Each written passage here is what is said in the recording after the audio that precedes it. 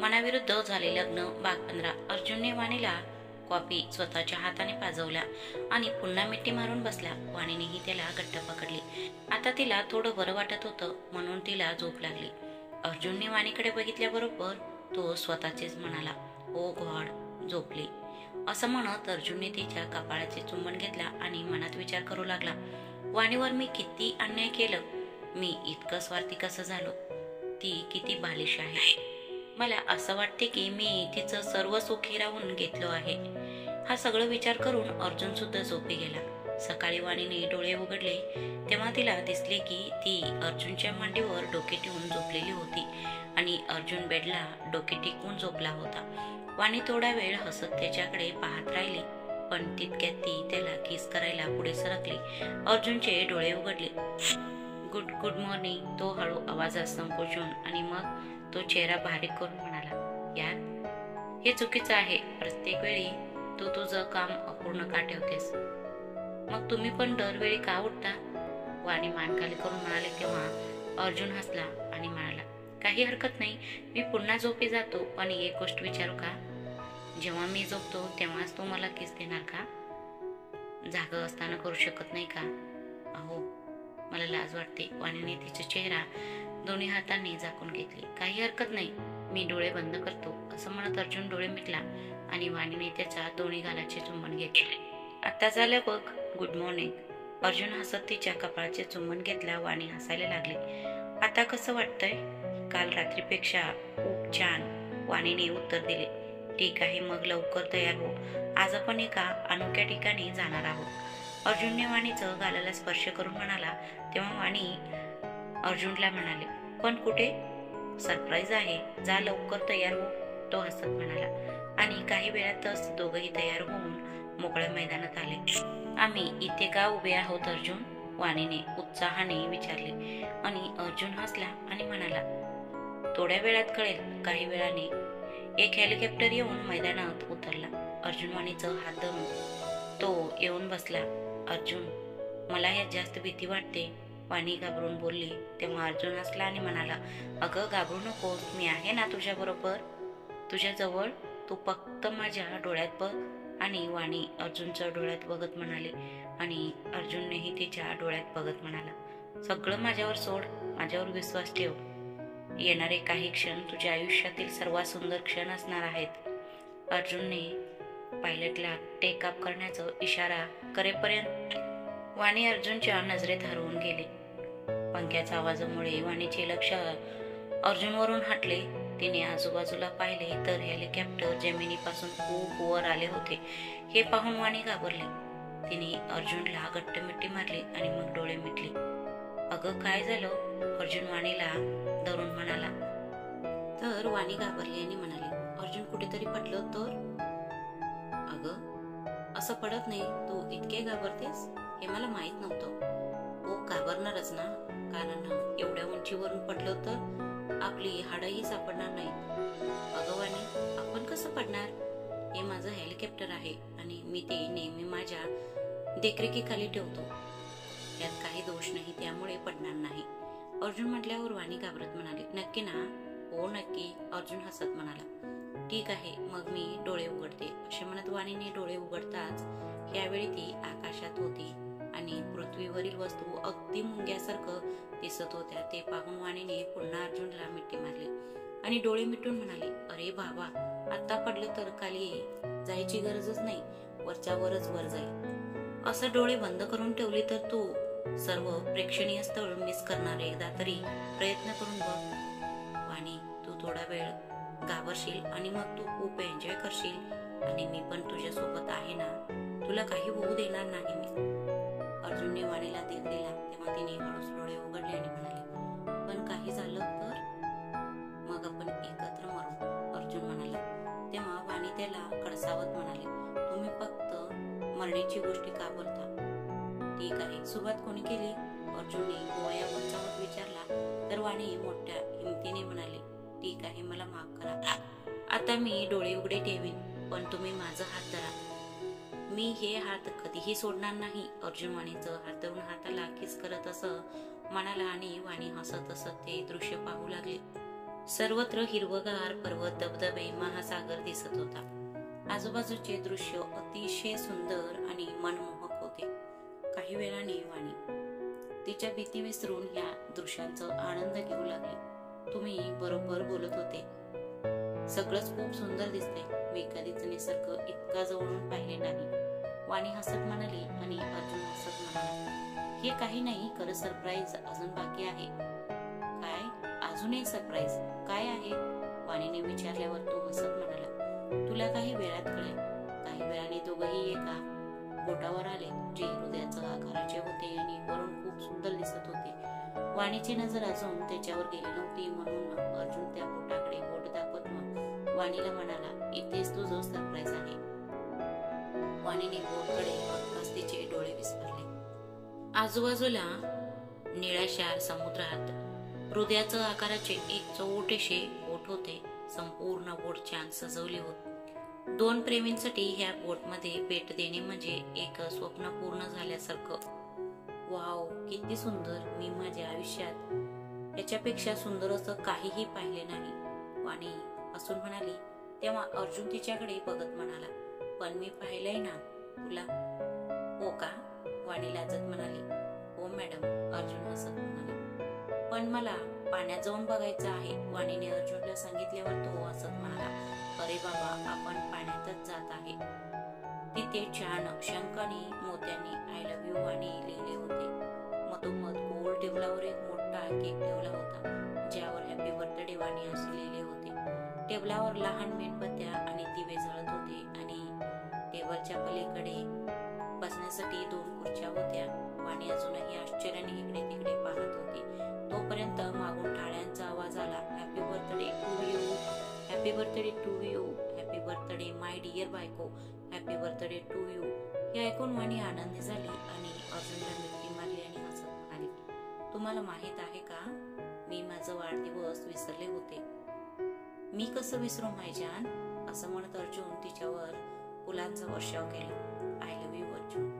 माझं तुमच्यावर खूप प्रेम आहे. तुम्ही मला इतकं छान सरप्राईज देईल असं मला कधीच वाटलं नव्हतं. वाणी डोळ्यात पाणी भरत म्हणाली आणि अर्जुन तिचे अश्रू पुसत म्हणाला, सरप्राईज द्यायला आता तर सुरुवात झाली आहे. तू माझ्यासाठी आणि माझ्या कुटुंबासाठी जे केले आहे त्या तुलनेत आता मी दिलेलं सरप्राईज काहीच नाही. रडणे थांबव आणि केक काप. वाणी हसत हसत आली आणि केक कापायला लागली आणि अर्जुन टाळ्या वाजवून तिच्यासाठी हॅपी बर्थडे टू यू म्हणू लागला. दोघांनी एकमेकांना केक खाऊ घातला आणि मग अर्जुन हसत म्हणाला, हे घे तुझी गिफ्ट. त्याची गरज नाही, कारण देवाने मला दिलेली माझी सर्वात मोठी गिफ्ट आहात तुम्ही. वाणी हसत म्हणाली, अगं, मी देवाने दिलेलं गिफ्ट आहे, पण माझ्याकडे तुझ्यासाठी वेगळीच एक गिफ्ट आहे. असं म्हणत एक पॅकेट आणून वाणीला दिलं. हे काय? वाणीने आश्चर्याने विचारले. स्वतः उघड आणि बघ, तो हसत म्हणाला. वाणीने पटकन पॅकेट उघडून बघितली तर त्यात काही कागदपत्रे होती. ती कागदपत्रे वाचताच वाणी आश्चर्याने अर्जुनकडे पाहू लागला. काय झालं? गिफ्ट आवडलं नाही? अर्जुन विचारला. माझ्या नावावर एवढं मोठं गिफ्ट घेण्याची काय गरज होती? वाणीने विचारल्यावर अर्जुन वाणीचा चेहरा हातात घेतला आणि म्हणाला, तुला ही जागा आवडली? माझ्यासाठी ह्यापेक्षा मोठं कारण काय असू शकतं? मला अशा जागेची गरज होती, जेणेकरून जेव्हा मी माझ्या कामाला कंटाळून ब्रेक घेतो तेव्हा मला तुझ्यासोबत इथे यायचे आहे. येथे पूर्णपणे शांतता आहे, जेणेकरून मी आरामात तुझ्या खांद्यावर डोके ठेवून टाइमपास करू शकेन. इथलं सौंदर्य माझे डोळे भरून घेऊन मी पुन्हा चार्ज होऊ शकतो आणि म्हातारपणात माझ्या मुलांना सर्व काही देऊन मी इथे येऊन इथेच राहू शकतो. मी माझ्या आयुष्यातील शेवटचा श्वास इथेच तुझ्या बरोबर सोडायचा आहे. हे ऐकून वाणी गप्पच राहिली आणि तिचे डोळे पुन्हा ओले झाले. तू पुन्हा रडायला लागलीस? अर्जुन वाणीला मिठी मारत म्हणाला. हे आनंदाचे अश्रू आहेत, असे वाणीने म्हटल्यावर तो तिचे अश्रू पुसत म्हणाला. हे कसलं पण अश्रू असू दे, तुझ्या डोळ्यात मला हे आवडत नाही. तू हसतेस तेव्हा छान दिसतेस. हे ऐकून वाणी हसायला लागली. अच्छा, आता जीवया, कधीपासून भूक लागली आहे? तो सांगताच वाणी आश्चर्याने म्हणाली, इथे जेवण कसे? अर्जुन चुटकी वाजवताच काही लोक आले आणि टेबलावर जेवण देऊ लागले. दोघांनी एकत्र जेवण केले. आता हळूहळू संध्याकाळ होत होती म्हणून अर्जुनने पुन्हा मेणबत्ती पेटवला.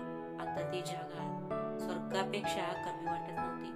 थंडीही खूप वाढली होती म्हणून अर्जुन हीटर सिस्टीम पण चालू केला आणि फोनवर गाणं लावून वाणीसोबत नाचू लागले. मग थोड्या वेळाने दोघं रिसॉर्टमध्ये आले. रिसॉर्टमध्ये परत आल्यावर अर्जुनने घरी व्हिडिओ कॉल केला. वाणीचा वाढदिवस साजरा करण्यासाठी वाणीचे कुटुंब आकाश आणि त्रिशाही तिथे आले होते. सर्वजण व्हिडिओ कॉलवर वाणीचा वाढदिवस साजरा करत होते. आकाश आणि त्रिशा अनोखीने मोठे केक कापला आणि मग सगळ्यांनी हॅपी बर्थडे टू यू वाणी गाऊन वाणीला तिच्या वाढदिवसाच्या शुभेच्छा दिल्या. माझ्याकडून तुम्हा सर्वांचे आभार. तुम्ही लोकांनी माझ्या वाढदिवसाला खूप काही केले. मला खूप आवडलं, ती हसत हसत म्हणाली. मग मीरा म्हणाली, अगं तू इथे नव्हतीस म्हणून मी इतकंच करू शकले. मग पुढच्या वर्षी किती थाटामाटात साजरा करणार तुझा वाढदिवस. आई त्यानेही माझा वाढदिवस साजरा केले आणि मला खूप सुंदर सरप्राईज दिले. माझा हा वाढदिवस मी कधीच विसरणार नाही. वाणीने हसत उत्तर दिले, ठीक आहे, छान आहे, तुम्ही सगळे असेच एन्जॉय करा. मीरा हसली आणि त्रिशा म्हणाली, ठीक आहे, मला पण तुमच्याशी खूप काही बोलायचे आहे, पण तुम्ही आल्यावर बोलेन. मी आता तुम्हाला डिस्टर्ब करणार नाही. मला पण खूप काही बोलायचं आहे, मी येऊन सांगेन. त्रिशाकडे रोखून पाहत वाणी म्हणाली, तुम्ही सुरुवात करा, त्याआधी मी फोन ठेवते. कॉल डिस्कनेक्ट झाला आणि अर्जुन आरामात डोळे बंद करून बेडवर पडून म्हणाला, आज मी खूप थकलो आहे. हा मी पण. मी आंघोळ करेन. वाणीने अर्जुनला सांगितल्यावर तो झोपताना म्हणाला, ठीक आहे, तोपर्यंत मी थोडा वेळ झोपतो. आंघोळ केल्यानंतर वाणीने स्वतःला टॉवेलमध्ये गुंडाळले आणि नंतर तिने शॉवर बंद करण्याचा प्रयत्न करत होती. तरीही नळ थांबला नाही. बराच वेळ प्रयत्न करून शेवटी तिने हार मांडली आणि अर्जुनला हाक मारली, अहो हा नळ थांबत नाहीये, थांब, मी येऊन बघतो. असे म्हणत अर्जुन शर्ट काढला आणि बाथरूम मध्ये आला. त्यानेही प्रयत्न केला पण त्याचा काही उपयोग झाला नाही. त्याऐवजी तो पूर्णपणे भिजला. त्यामुळे त्याला काळजी वाटू लागली. वाणी बाजूला उभी राहून त्याच्याकडे प्रेमाने पाहत होती. त्याच्या ओल्या अंगावर पाण्याचे थेंब इकडे तिकडे लोळत होते आणि त्याचे केसही पूर्ण ओले झाले होते आणि कपाळावर पुन्हा पुन्हा पडत होते, जे तो बोटात धरून मागे खेचत होता. मला वाटत नाही की मी करू शकेन. आम्हाला प्लंबरला बोलवावे लागेल. असे म्हणत अर्जुन वाणीकडे वळला. ती अजूनही त्याच्याकडे अतिशय प्रेमाने पाहत होती. ते पाहून अर्जुन आधी स्वतःकडे पाहिला आणि मग वाणीकडे बघत म्हणाला, असं काय बघत आहेस? यावेळी वाणीला लाज वाटली. काही नाही, मी निघते आहे म्हणत बाहेर जाऊ लागली. तेव्हा अर्जुन तिचं हात पकडला आणि तिला स्वतःकडे म्हटला. वाणी आली आणि अर्जुनच्या छातीवर टक्कर दिली आणि घाबरून तिने अर्जुनच्या खांद्यावर आपले दोन्ही हात ठेवले. आता दोघंही भिजायला लागले. असं का बघत होतीस? मी तुला सांगितल्याशिवाय जाऊ देणार नाही. अर्जुन वाणीचं कमरेवर हात ठेवून तिच्या जवळ येत तर वाणी लाजत म्हणाली, आता तुम्ही इथे आल्यावर मी तुम्हालाच बघेन ना. मी विचारलं नाही कोणाकडे बघतेस, मी विचारलं असं काय बघतेस. वाणीचे ओले केस कानामागे ढकलत अर्जुन म्हणाला आणि वाणी दुसरीकडे नजर वळवत म्हणाली, मी काही बघत नव्हते, आता मला जाऊ द्या बाहेर. एवढं बोलून वाणी तिथून निघू लागली. पण अर्जुन तिला पुन्हा पकडला. त्याच्याकडे खेचून हसत हसत म्हणाला, मी किती हॉट दिसत आहे ते तू बघत होतीस? हो, मी तेच बघत होते. आता प्लीज मला जाऊ द्या, वाणी रागाने म्हणाली. मग अर्जुन तिच्या जवळ आला आणि तिच्या डोळ्यात पाहत म्हणाला, मी हॉट दिसत असल्याने मला तू पण जरा हॉटनेस दाखवायला हवं ना. वाणी काही बोलायचं आधीच त्याने तिचं ओठांवर बोट ठेवला आणि त्याचे ओठ तिच्या गालावर फिरवू लागला. वाणीचे डोळेही हळूहळू बंद होऊ लागले आणि तिनेही अर्जुनला घट्ट धरले. मग तो हळूच तिच्या मानेपर्यंत पोचला आणि तिच्या मानेचे चुंबन घेऊ लागला. हळूहळू त्याचे हात देखील वाणीच्या हाताच्या जवळ येऊ लागले आणि त्याने वाणीचा हात स्वतःच्या हाताने घट्ट पकडला. आता अर्जुन वाणीचं डोळ्यांची चुंबन घेत हळूच आपले ओठ वाणीच्या ओठांवर ठेवला. प्रथम वाणीने लाजून चेहरा बाजूला काढली आणि डोळे खाली करून उभे राहिले. पण अर्जुनने पुन्हा तिची हनवटी धरून चेहरा वर करताच तिची नजर अर्जुनच्या डोळ्यांना भेटली. त्याच्या डोळ्यात वाणी हरवली आणि अर्जुन पुन्हा एकदा तिच्या ओठांचे चुंबन घेऊ लागला. यावेळी वाणीनेही त्याला साथ दिली. दोघंही एकमेकांत हरवून गेले आणि शावर मधून पडणाऱ्या पाण्याने दोघांनाही झाकले. अर्जुन वाणीला उचलून तिला घेऊन बाथरूम मधून बाहेर आला. आज एवढंच पुरे, वाणी लाजत म्हणाली. आणि मग अर्जुन तिच्या जवळ आला आणि म्हणाला, माझ्यासाठी नाही. इश अर्जुन, तुम्ही विसरलात, नळ अजूनही चालूच आहे. तुम्हाला प्लंबरला कॉल करावा लागेल. वाणीने त्याला अडवले आणि डोक्यावर हात ठेवून अर्जुन म्हणाला, हो, आठवण करून दिल्याबद्दल धन्यवाद. तू पटकन कपडे घाल, मी फोन करतो. वाणी कपडे बदलली आणि नळ दुरुस्त करण्यासाठी अर्जुन प्लंबरला फोन केला. रात्रीचे 12 वाजले होते. वाणी अर्जुनच्या छातीवर डोकं ठेवून पडली होती आणि अर्जुन डोळे मिटून तिच्या केसात हात फिरवत होता. वाणीने हळूच हाक मारली तेव्हा तो डोळे मिटून म्हणाला, हा, मी तुम्हाला काहीतरी विचारू का? वाणी गंभीरपणे म्हणाली आणि अर्जुन हसून म्हणाला, हे विचारायची गरज आहे का तुला? तुला जे काही विचारायचं आहे ते बिनधास्तपणे विचार.